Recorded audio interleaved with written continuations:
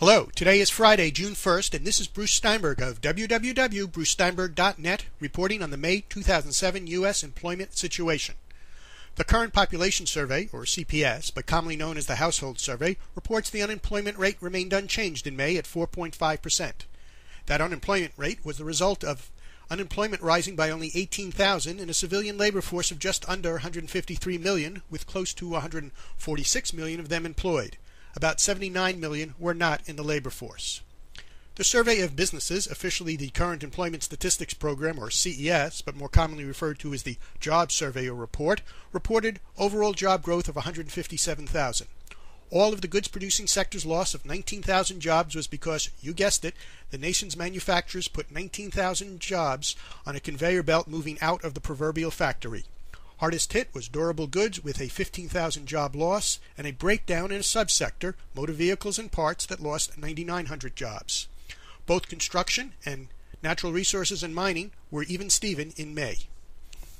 As usual, the service-providing sector came to the job market's rescue with a 176,000 job increase in May.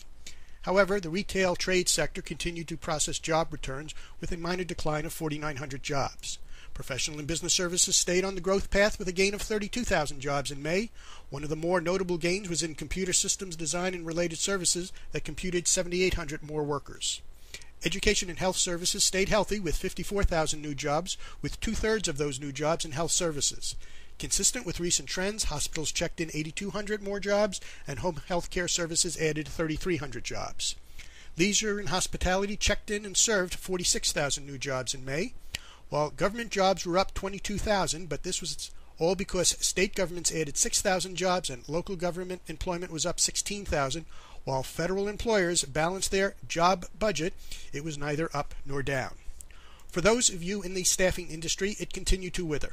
Temporary help services employment continued to shrink, with a 8,900 job loss in May to settle at 2,609,500, that's seasonally adjusted. For May, temporary help employment was down by 0.34% from the previous month and down nearly 1.4% from May 2006.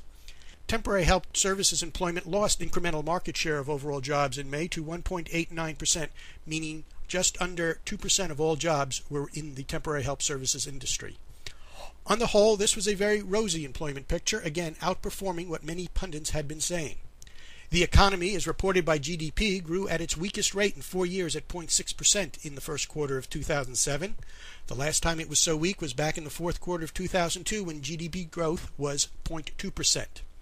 One reason for the slow growth was that businesses reduced inventories. However, personal consumption spending, which is responsible for two-thirds of the economy, was revised upwards to 4.4%. If consumer spending remains strong, those inventories will expand. It's kind of puzzling. A weak economy, but a strong job market is seen by solid job growth, supported by a low unemployment rate. This has been Bruce Steinberg, and this is just a brief sample of the employment data we have available. An interactive video version of this report, complete with charts and graphs, can be found at www.brucesteinberg.net.